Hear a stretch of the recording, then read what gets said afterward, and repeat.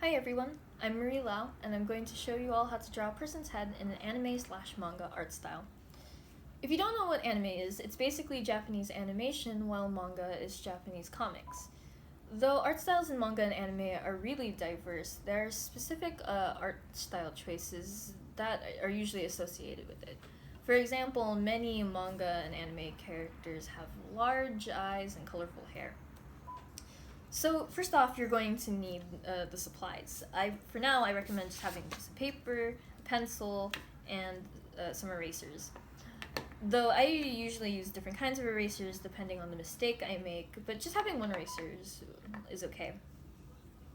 And I also recommend you can just use any pencil because this is very casual.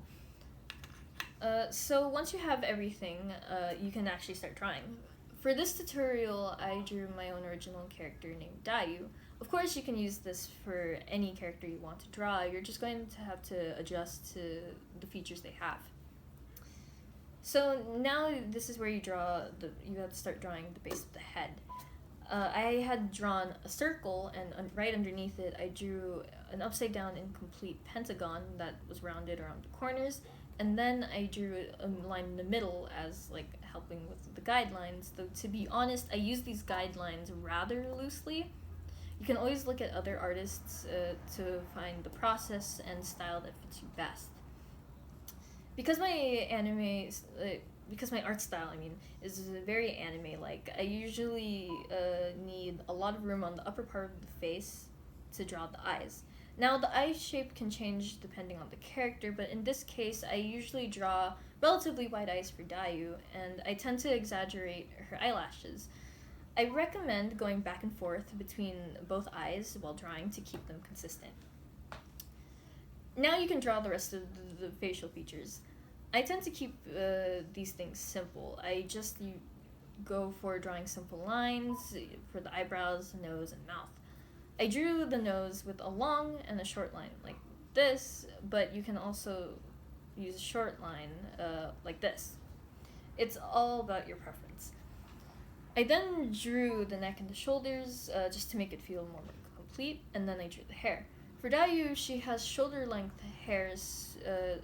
Now, there isn't a set way to draw hair, but I usually start with the bangs and the front hair. And when I finished that, I was able to draw the side and back hair. And with that, I was pretty much finished. Now you can erase the extra guidelines or stray marks, and it might be a bit harder to do with an eraser, but even if you accidentally erase something, you can just draw it back in. And also, since this is just in pencil, you can actually choose whether you want to color it in or just leave it as is. With that, I hope I was able to teach at least the bare bones of drawing in an anime style, and there are many artists you can learn from, but if I had to give a piece of advice, I'd say that you shouldn't be afraid of your art style changing constantly, especially if you're still finding a style that you're comfortable with. There are many benefits that come with learning how to draw, even just as a hobby.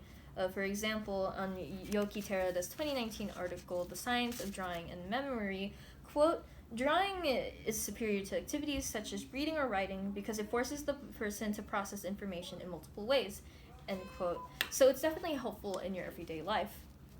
Many people tend to feel discouraged from things like drawing because they don't show innate talent.